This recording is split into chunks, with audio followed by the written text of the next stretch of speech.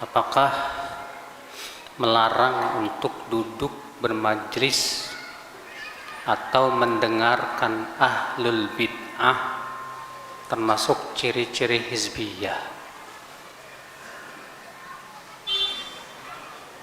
Pertama apa? Jawaban saya ada dua. Jawaban pertama, Nabi SAW menyebutkan dalam hadis yang sahih yang dikeluarkan oleh Ibnu Mubarak,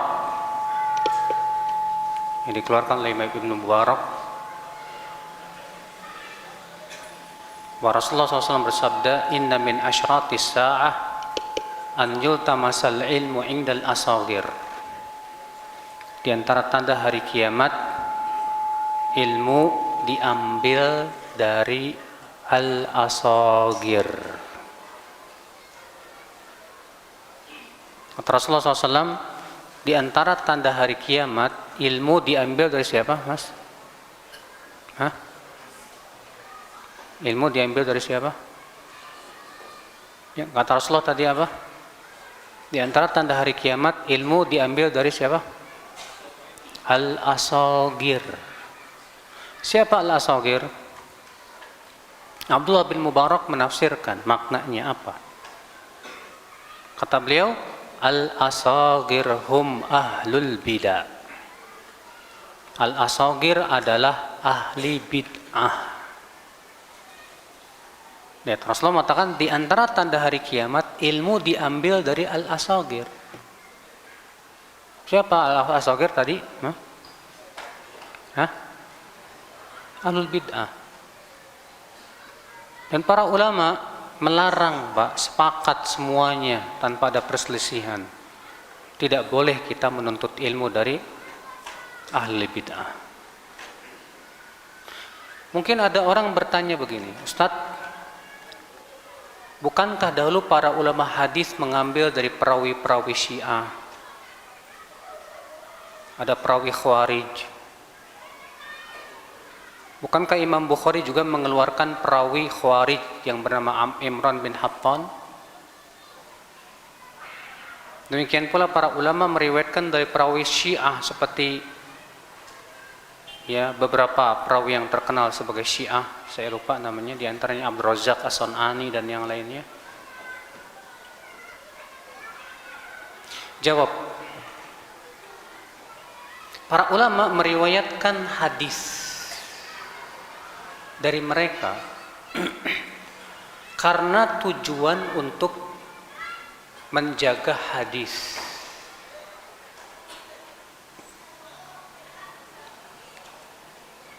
Dan mereka mensyaratkan ahli bid'ah ini adalah harus thiqah, dapat dipercaya dan tidak menghalalkan dusta. Ya. Makanya Al-Hafidz Adz-Dzahabi ketika menyebutkan biografi seorang Syiah perawi hadis, saya lupa namanya, subhanallah, ya. Beliau berkata, kana syi'iyan ghaliyan. Ia seorang Syiah yang ekstrim. Lakinnahu saduq, tapi ia jujur orangnya, nggak pernah berdusta. Falana riwayatuhu, untuk kita periwayatannya. Wa alaihi bid'atuhu, dan untuk dia kebid'ahannya. Maksudnya apa? Maksudnya ini dalam rangka menjaga hadis, Pak. Ini dalam rangka menjaga apa? Hadis. Dan bab periwayatan jangan disamakan dengan bab duduk di majelis ilmu.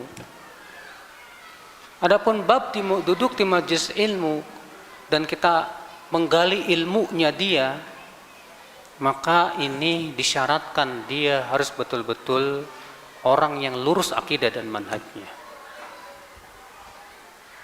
Karena guru lah yang akan mempengaruhi pemikiran kita, ya akhwal Islam. Makanya kalau periwayatan hadis memang ada tujuan yang mulia untuk menjaga apa? hadis. Sementara antum berguru kepada ahli bid'ah, apa tujuannya? Ya. Kecuali kalau darurat. Contoh, di kampung antum yang paham tentang ilmu tajwid hanya ahli bid'ah. Sementara ahlu sunnah nggak ada yang paham. Terpaksa belajar tajwid kepada dia selama tidak berhubungan dengan kebid'ahannya. Ini nggak masalah, darurat namanya. Selama masih ada ahlu sunnah, wajib kita belajar kepada siapa? Ahlu sunnah. Ya. Nah, melarang untuk orang lain duduk ke majelis ahli bid'ah, ini perbuatan salafus saleh. Seluruh salaf, kalau antum baca kitab-kitab mereka, melarang kita menuntut ilmu kepada ahli bid'ah. Ini dia Abdullah bin Umar. Abdullah bin Umar berkata apa? Dinaka innama huwa damuka walahmuka. Agamamu jaga, sesungguhnya ia adalah darah dan dagingmu. Kemudian beliau berkata di akhirnya, khudh 'anil ladzina istaqamu wala ta'khudh 'anil ladzina malu. Ambil dari orang yang istiqomah, lurus, dan jangan ambil dari orang yang menyimpang. Jangan ambil dari orang yang menyimpang. Berkata Muhammad bin Sirin, inna hadzal ilma dinun fanzuru amman ta'khuduna dinakum. Ilmu ini agama, maka lihat oleh kalian dari siapa kalian mengambil ilmu kalian, mengambil agama kalian. Lihat oleh kalian dari siapa kalian mengambil agama kalian itu. Dan perkataan ulama dalam masalah ini banyak sekali. Imam Ahmad bin Hanbal melarang murid-muridnya untuk mengambil ilmu dari Al-Harith, dari Al-Husain Al-Karabisi, karena ada penyimpangan akidah, atau Al-Harith Al-Muhasibi, saya lupa, ya, yang dilarang oleh Imam Ahmad untuk duduk di majelisnya. Ada seorang ulama terdahulu, Pak, namanya Al-Hasan bin Saleh bin Hayy. Ini seorang ulama hadis ternama, Pak. Keilmuannya beliau sampai disetarakan dengan Sufyan Ats-Tsauri dalam ilmu hadis. Tapi gara-gara pemikiran dia, Bapak, boleh memberontak kepada pemimpin yang sah. Kana yaras saif, boleh menghunuskan pedang kepada pemimpin yang zalim. Maka para ulama di zamannya mentahdzir habis dia dan melarang murid-muridnya untuk berguru kepada dia. Silakan antum baca, ya, kisah tersebut dalam kitab Syiar Alamin Nubala. Gara-gara dia punya pemikiran boleh memberontak kepada pemimpin yang zalim. Gara-gara itu ditahdzir habis oleh para ulama, enggak boleh berguru sama dia. Kenapa? Li'annahu kana yaras saif. Karena dia memperbolehkan menghunuskan pedang kepada pemimpin yang zalim, pemimpin yang sah. Kenapa? Karena jelas bertabrakan dan perintah Nabi untuk sabar menghadapi pemimpin yang zalim, ya akhwal Islam. Ya. Nah, sekarang ketika kita melarang ngaji ke ustadz yang membolehkan pemberontakan, kita yang dianggap apa? Hizbi. Kita yang dipermasalahkan dan yang lainnya. Padahal akhwal Islam, memberontak jelas seluruh ulama salaf sepakat haram hukumnya. Dan orang yang memandang boleh memberontak kepada pemimpin yang zalim selama dia masih sholat, ini adalah merupakan pemikiran benih-benih khawarij. Ya. Nah ini saudaraku sekalian, azani Allah wa iyyakum. Jadi kalau misalnya memang benar yang dilarang itu, dia yang dituduh memang ahli bid'ah, kamu jangan ngaji sama dia karena dia buktinya memang udah jelas dia ahli bid'ah. Beda kalau nggak punya bukti, nggak jelas buktinya dia ahli bid'ah atau bukan. Maka yang seperti ini, ya tentu kita tidak boleh ikut-ikutan mentahdzir dalam perkara yang tidak jelas. Kenapa? Karena Rasulullah bersabda, "Man qala li akhi fi akhihi ma laysa fihi." Siapa yang menuduh saudaranya padahal tidak ada pada dirinya, adkhalahu Allahu radghatal khabal. Allah akan masukkan ia ke nanah dan darahnya penduduk api neraka. Hatta yakhruja mimma qala, sampai ia membawakan bukti atas tuduhannya. Hati-hati loh mas, kalau sudah menuduh dan tuduhan itu hanya berdasarkan dugaan saja, berat di mata Allah. Kenapa? Karena ini berhubungan dengan kehormatan seorang muslim, dan kehormatan seorang muslim mulia di sisi Allah Subhanahu wa taala. Makanya para ulama menolak tuduhan Muhammad bin Yahya Adz-Dzuhli terhadap Imam Bukhari. Karena Muhammad bin Yahya Adz-Dzuhli mentahdzir Imam Bukhari dan mengatakan bahwa Bukhari Jahmi. Ditolak sama para ulama. Dulu Imam Malik mentahdzir Muhammad bin Ishaq. Apa kata Imam Malik terhadap mengenai Muhammad bin Ishaq? Kata Imam Malik, Dajjalun minad dajajilah. Muhammad bin Ishaq itu Dajjal itu. Tapi para ulama tidak menerima ucapan Imam Malik. Kenapa? Karena ternyata Imam Malik menuduh itu tanpa bukti. Tanpa apa? Bukti. Dan Muhammad bin Ishaq orang yang akidahnya lurus. Memang ada sedikit kelemahan, yaitu dia mudallis. Nah, ya akhal Islam, ini memang masalah tuduh menuduh ini kita harus betul-betul hati-hati memang. Maka siapapun antum yang mengeluarkan fatwa, jangan berguru sama Ustadz Fulan. Antum harus membawakan bukti-bukti yang nyata bahwa memang si Ustadz ini tidak berhak diambil ilmunya. Bukan sebatas isapan jempol, bukan hanya karena kedengkian, Pak. Ada sebagian orang karena dengki menyembunyikan kedengkiannya, kemudian menggunakan jurus tahdzir. Nah ini bahaya ya akhwat Islam. Ya.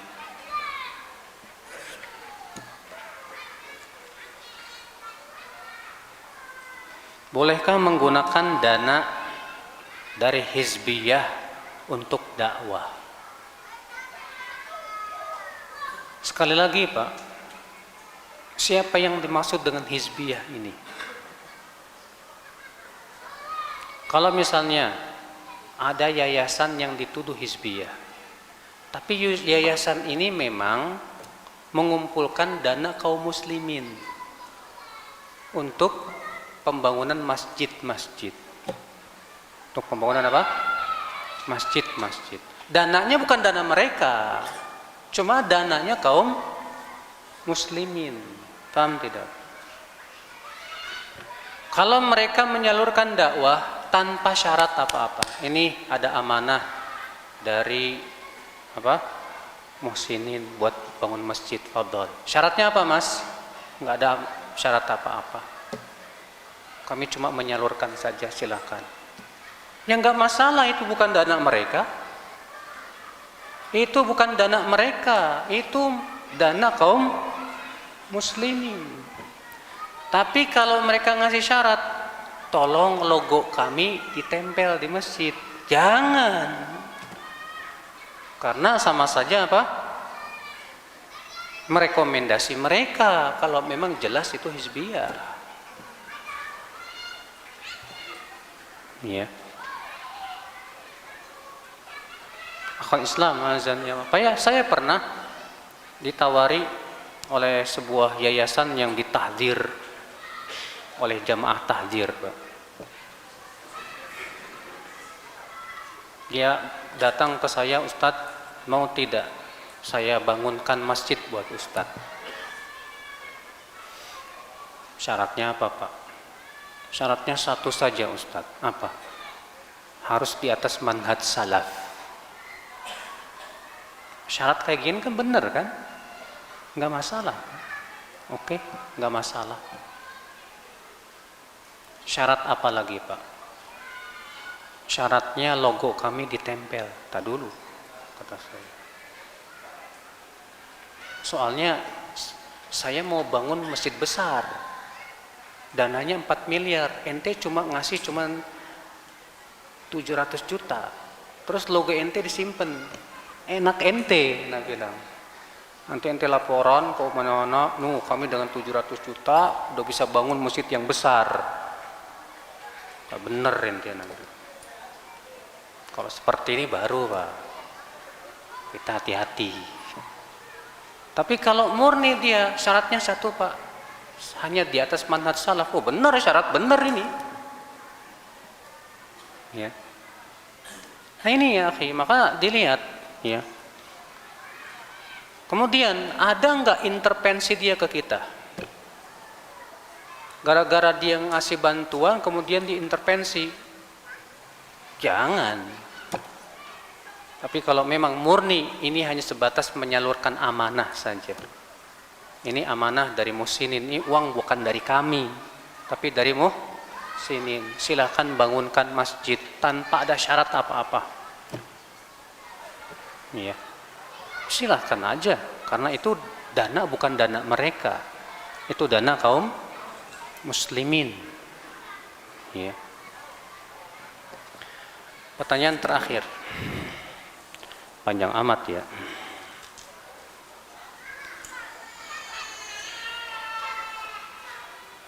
Saya ditanya tentang oleh keluarga saya, Allah di mana? Lalu saya jawab dengan dalih salah satunya surat Al-Hadid ayat 4. Bahwa Allah beristiwa di atas Arasy. Terus mereka bantah saya dengan mengatakan kalau Allah di atas Arasy berarti dia butuh tempat. Lalu mereka mengatakan bahwa pemahaman itu salah, kata mereka. Allah itu di mana-mana. Nah, di mana-mana juga butuh tempat. Ya enggak Mas? Kata mereka kalau Allah berada di atas Arasy berarti Allah butuh. Jadi gimana dong? Allah di mana-mana. Di mana-mana juga sama tempat, Mas. Ya enggak? Di mana-mana berarti ente tanya sama dia. Saya pernah tuh ya Pak, debat sama orang sufi. Allah di mana? Di mana-mana. Di Comberan? Comberan ada enggak? Diem, nggak bisa jawab. Akhirnya dia bilang, di tempat bersih. Nah, tadi antum bilang di mana-mana, sekarang bilang di tempat bersih. Kan sama juga kan di tempat. Kamu ingin lari dari menetapkan Allah berada di atas Arasy hanya karena katanya butuh tempat. Lari kepada tempat yang lain yang sama-sama tempat.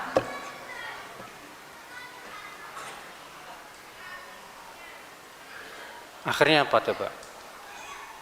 Kalau gitu Allah tidak di mana-mana. Halo? Benar itu Pak. Kalau gitu Allah tidak di mana-mana. Maaf. Enggak di mana-mana berarti di alam semesta ini enggak di mana-mana, enggak ada di mana-mana. Apa bedanya dengan tidak ada? Karena tidak ada itu artinya tidak di mana-mana. Pergi dia Pak langsung. Dasar ahli bid'ah, Wahabi. Yeslah, terserah. Ya. Pernah juga saya di Bekasi debat juga Pak. Kata dia, Allah berada di mana-mana. Saya bilang di Comberan ada Pak. Ada. Hah? Di Comberan ada. Allah ada di Comberan Pak. Emang kenapa? Kata dia. Comberan tahu kan Pak, semua orang jijik. Itu kan jijik menurut kita. Kalau menurut Allah nggak jijik. Oke. Tar dulu deh. Tar dulu Pak. Tar dulu. Kayaknya di antara kita ada yang error nih Pak. Saya mau tanya sama Bapak. Bapak mengatakan comberan jijik menurut kita, menurut Allah enggak. Sekarang Bapak boleh enggak wudhu di comberan? Ya enggak boleh. Siapa yang ngelarang? Allah kan? Diem aja Pak. Enggak bisa jawab. Nah, sebetulnya Pak, kalau Bapak berkata jijik menurut kita, bagi Allah tidak jijik, saya bisa katakan kepada Bapak, Allah beristiwa di atas arsy, menurut Bapak itu berarti Allah butuh tempat, tapi bagi Allah itu tidak menunjukkan Allah butuh tempat, karena Allah tidak butuh arsy Pak. Allah beristiwa di atas arsy tidak sama dengan istiwa manusia di atas apa? Sesuatu. Allah tidak butuh kepada tempat, Allah tidak butuh kepada arsy. Nah inilah Pak. Makanya ketika antum bilang kalau Allah berada di atas arsy, kata dia gitu ya, berarti Allah butuh tempat. Terus dia bilang Allah di mana-mana, kejar sama antum. Karena dia sudah membuka peluang sama antum. Kalau kamu bilang di mana-mana berarti di WC ada. Hah? Coba kamu bilang ke orang Nasrani, orang Nasrani, Tuhanmu ada di WC. Marah orang Nasrani Pak, kurang ngajar, menghina. Terus kamu mengatakan Tuhan saya ada di mana-mana, di WC ada, di comberan ada, yang bener ente. Ya. Secara akal sebetulnya sangat tidak masuk di akal. Makanya benar kata Ibnu Qayyim, mereka lari dari menyerupakan Allah dengan makhluknya, tapi mereka jatuh kepada menyerupakan Allah dengan makhluknya dengan yang lebih buruk lagi. Ya. Ini kalau Ahlussunnah enak aja, Allah beristiwa di atas arsy, tapi istiwanya Allah tidak serupa dengan istiwa apa? Makhluknya. Sebagaimana Allah melihat, Allah mendengar, melihatnya Allah dan mendengarnya tidak serupa dengan melihat dan mendengarnya makhluk. Kata mereka apa? Gak masuk di akal. Ya itu akal ente error. Menurut kamu Allah Maha Kuasa enggak? Kalau kamu punya keyakinan Allah Maha Kuasa, Allah kuasa untuk beristiwa di atas arsy tapi tidak serupa dengan istiwa makhluknya, mudah bagi Allah Subhanahu wa taala. Suami saya dulunya bekerja, saat ini belum bisa bekerja kembali dan lebih memilih mengikuti kajian. Untuk biaya rumah tangga, alhamdulillah kami sudah ada passive income. Apakah langkah yang diambil suami saya diperbolehkan dalam agama, mengingat secara syarat laki-laki seorang suami harus bekerja mencari nafkah? Iya dong. Masa punya istri senangnya ngaji nggak mau nyari nafkah? Dosa antum. Kan kalau antum ngaji tujuannya apa? Diamalin. Dan antum ngaji kan pasti ustadz dan membahas bahwa kewajiban mencari nafkah itu suami. Makanya kalau suami tidak memberi nafkah, istri boleh minta cerai. Dan itu udzur syar'i buat istri. Kenapa? Karena menafkahi istri itu haknya istri, Pak. Dan kewajiban yang Allah wajibkan atas di punggung suami. Maka aneh kalau suami senangnya ngaji dibiarin istrinya cari duit sendiri. Ini suami apa ya? Ya, bencong kali Pak. Ya. Antum sebagai seorang laki-laki harus punya tanggung jawab. Ya.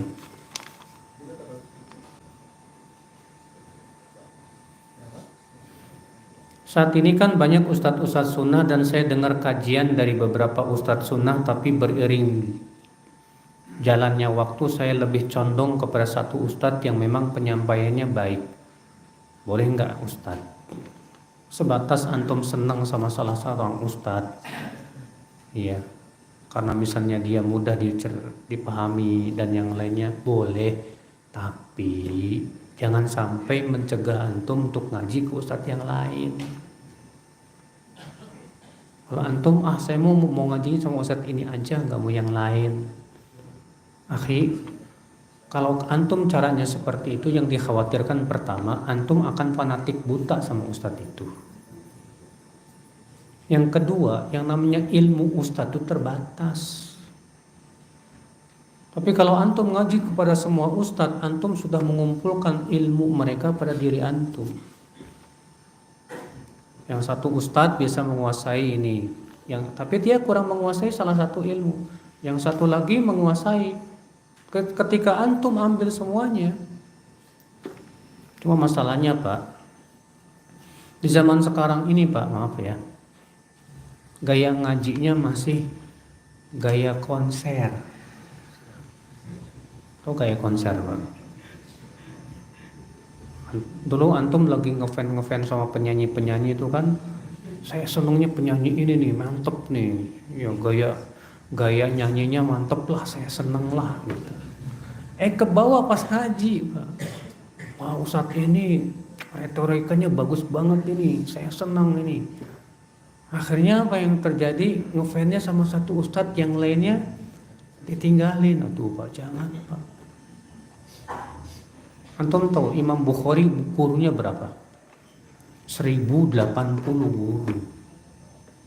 Abu Hatim Ar-Razi gurunya 3000. Iya. Masya Allah akal Islam.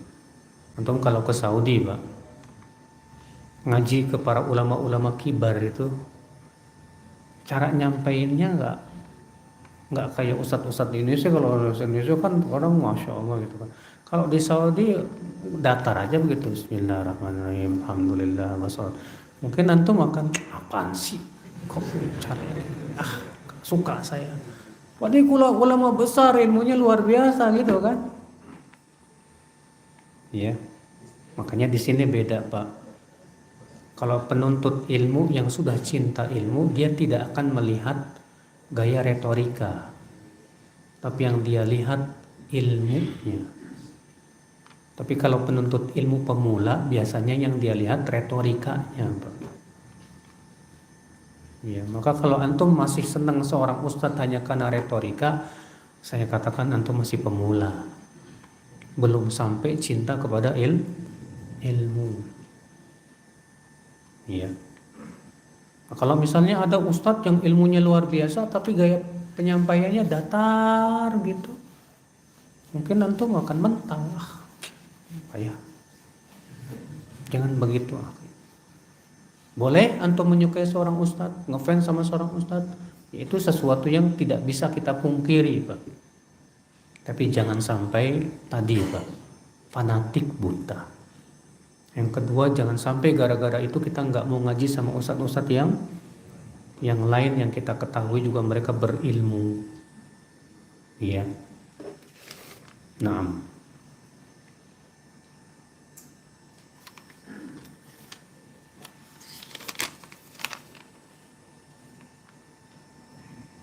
Bolehkah menjadi seorang psikolog?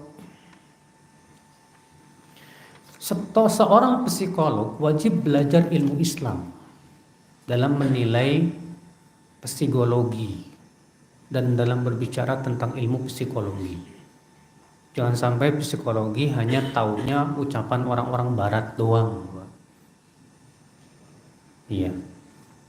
Maka dia harus pahami, pelajari bagaimana psikologi dalam Islam. Apa batasan-batasannya, mana yang boleh, mana yang tidak, maka dia harus pilih dan pilih. Karena psikologi yang ada di zaman sekarang rata-rata pasti ngambilnya dari barat. Ngambilnya dari mana? Dari barat, Pak. Ya, antum sendiri tahu kalau dari barat itu ya notabene rata-rata bukan orang Islam. Iya.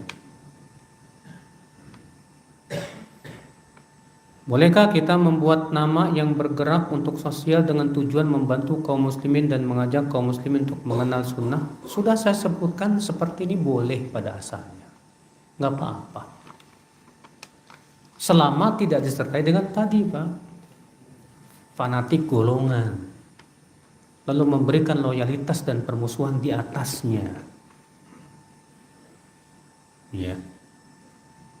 Maka kalau misalnya antum ya misalnya sekarang banyak musibah bencana, maka antum bikin tim untuk membantu mereka yang kesusahan dan bencana ini. Lalu tim itu antum beri nama sebagai tim apa gitu, silakan saja, pada asalnya boleh. Itu fatwa para ulama dalam masalah ini banyak, ya, dari fatwa Lajnah Daimah dan yang lainnya. Boleh-boleh saja. Cuma jangan sampai kemudian yang tadi, ya. Jangan sampai malah kemudian dibumbui dengan hizbiyah tadi, Pak. Allahu a'lam. Silakan. Tadi Ustaz mengatakan bahwa ada golongan yang ditolong oleh Allah Subhanahu wa taala, yaitu firqatun najiyah. Maksudnya golongan seperti apa, Ustaz? Itu pertama. Kedua, bahwa apa sebab munculnya hizbiyah? Tadi terhadap dia dikatakan bahwa tidak ada halif. Betul saja. Tidak ada halif dalam Islam. Ya. Lalu bagaimana dengan Sumpah Setia dengan NKRI harga mati? Apakah termasuk dengan hizbiyah? Pertama, Pak, Al-Firqatun Najiyah adalah yang mengikuti Rasulullah dan para sahabatnya. Rasulullah SAW dan para sahabatnya itulah Firqatun Najiyah. Dan semua yang mengikutinya disebut Firqatun Najiyah. Adapun pertanyaan yang kedua tentang NKRI harga mati. Apa maksudnya? Kita mau minta perincian dulu. Kalau maksudnya artinya kita sebagai bangsa Indonesia wajib bela negara. Memang sudah kewajiban kaum muslimin untuk membela negaranya. Kalau misalnya Indonesia diserang misalnya sama Cina misalnya gitu, wajib kaum muslimin bela, nggak boleh didiamkan. Sejengkal pun nggak boleh diambil, nggak boleh. Iya. Ini perintah Allah Azza wa Jalla. Tapi kalau maksudnya, kalau kamu bukan orang Indonesia, saya musuhi. Kamu dari mana? Dari Arab. Kamu dari Cina. Kamu orang bukan Indonesia. Saya musuhin kamu. Ini nggak boleh, haram, Pak. Paham tidak, Pak? Kalau itu maksudnya, maka itu tidak boleh. Berarti itu sudah fanatik. Fanatik apa? Kesukuan. Kayak antum orang Sunda misalnya. Kamu orang mana? Batak. Sana. Batak misalnya. Nggak boleh, haram dalam Islam. Rasisme. Ya. Kamu orang mana? Orang Cina. Oh, kamu musuhi orang Cina hanya karena dia orang Cina. Atau kamu musuhi orang Afrika hanya karena dia orang hitam. Ya, ini haram hukumnya. Paham tidak? Ya, kita minta perincian dulu maksudnya apa ini. Kalau maksudnya yaitu kita sebagai bangsa Indonesia wajib membela negaranya, emang betul harus membela. Jangan sampai negara kita ini diambil oleh negara kafir, nggak bisa. Kita nggak rela, Bapak sekalian. Iya.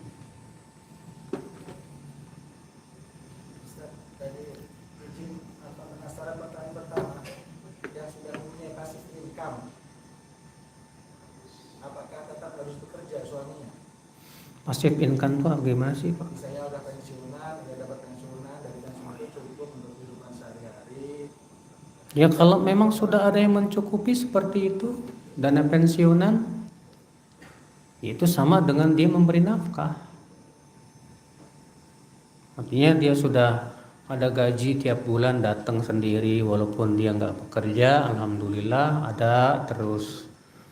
Maka yang seperti ini ya sudah dianggap dia sudah memberi nafkah. Kalau dia mencukupkan dengan diri dengan itu dan dia sudah melihat sudah cukup kok semuanya, alhamdulillah. Cuma masalahnya terkadang istrinya permintaannya lebih, Pak. Ya. Pengen beli BMW, pengen beli BMX.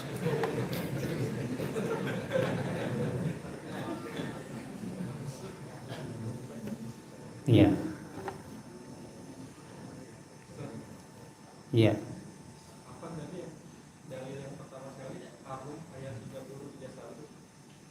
31 apa 32 itu analognya. Masa sih? 32 kalau nggak salah ya. Coba dilihat di ayat setelahnya. 31, 32 kalau nggak salah. Wala takunu minal musyrikin minal ladzina farraqu dinahum wa kanu syi'a. Kullu hizbin bima ladaihim farihun.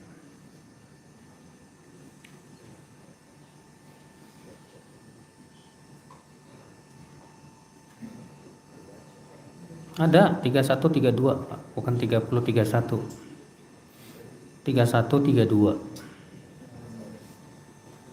Munibina ilaihi wattaquhu wa aqimus shalah wa la takunu minal musyrikin.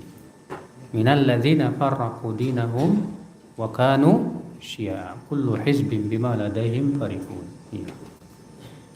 Dibetulkan di 31 32. Abdul, masih ada yang bertanya? Gimana hukumnya kalau ada dari ikhwan Islami dia ngelihat ada ustadz yang misalnya mengisi sunnah, terus disematkan nama-nama misalnya kayak misalnya kalau jahmiah dari Syekh Abdus Sofwan namanya terus ditambahkan ya nisbah di belakang itu boleh atau enggak Ustaz? Gimana? Jadi misalnya ada kelompok yang sesat misalnya gitu, dia nggak dikenal gitu maksudnya, cuma dikasih nama, diberikan nama sendiri gitu dengan menggunakan nama roisnya itu siapa, terus ditambahkan ya nisbah di belakang kayak misalnya jahmiyah dari Jahabis Sofwan misalnya, itu boleh atau enggak? Artinya kalau memang dia yang pertama kali membuat bid'ah itu, kebiasaan para ulama biasanya dinisbatkan kepada siapa yang membuatnya pertama kali, atau karena kepada sebabnya dan yang lainnya. Seperti Mu'tazilah. Kenapa Mu'tazilah disebut Mu'tazilah? Dari kata i'tazala ya'tazilu, artinya mengasingkan, menjauhi. Gara-garanya adalah Atha bin Wasil. Dia tidak mau bermajlis ke Hasan al-Basri. Apa kata Al-Hasan al-Basri? I'tazalani Atha ya menjauh, tidak mau ngaji sama saya, i'tazalani. Gara-gara itu disebut Mu'tazilah. Kaum Asy'ariyah atau Asy'ariyah karena dinisbatkan kepada Abul Hasan al-Asy'ari. Al-Maturidi juga dinisbatkan kepada Imam Maturidi. Kullabiyah yaitu Ibnu Kullab. Jadi dinamakan dengan pendirinya masing-masing. Maka kalau misalnya di zaman sekarang ada yang bikin kelompok sendiri dan pemikiran yang aneh dan nyeleneh, lalu kita namai dengan nama dia yang membikinnya, nggak masalah. Iya.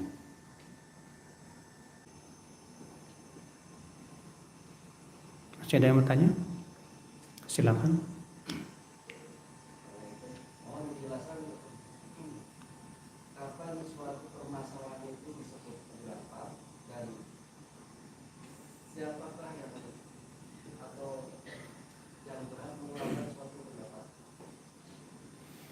Pendapat adalah hasil daripada pemahaman seseorang, baik berdasarkan dalil maupun yang tidak berdasarkan pada dalil. Kalau berdasarkan kepada dalil, ya, maka pendapat itu dikatakan pendapat yang sesuai dengan dalil. Tapi kita lihat lagi dalilnya sifatnya apa. Nas yang jelas dan tegas, atau memang masih diikhtilafkan oleh para ulama tentang makna daripada dalil tersebut. Paham tidak? Contoh misalnya satu ustadz mengatakan pendapat yang saya kuatkan adalah mewajibkan Al-Fatihah di belakang imam bagi makmum, baik sir maupun jahar. Itu pendapat saya. Tapi dasarnya apa? Dalil. Disebutkan dalil-dalilnya. Satu ustadz lagi mengatakan enggak, kalau saya merojikan pendapat yang mengatakan makmum wajib diam dan dengarkan. Dalilnya ini. Ya. Karena ini bukan masalah ijma ulama, ya udah. Silahkan masing-masing merojikan yang dia pandang apa?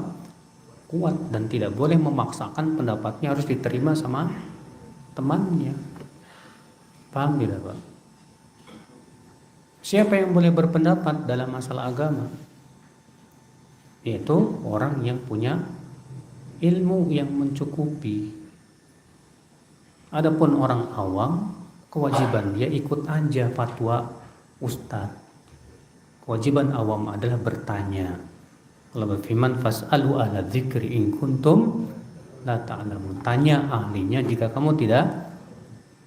Maka kewajiban awam adalah mengamalkan fatwa ustadz tersebut. Kalau ternyata ustadz itu salah, maka yang nanggung dosanya si ustadz. Itu enaknya orang awam tuh gitu, Pak. Ya, cukup nanya, kalau salah yang nanggung dosanya ustadz. Antum nggak dosa enggak? Karena antum sudah melaksanakan tugas sebagai orang awam untuk bertanya. Qadarullah ustadznya fatwanya ngaco. Akhirnya nanti di hari kiamat yang akan Allah siksa siapa? Si ustadznya. Makanya jadi ustadz tuh nggak enak, Pak. Ya.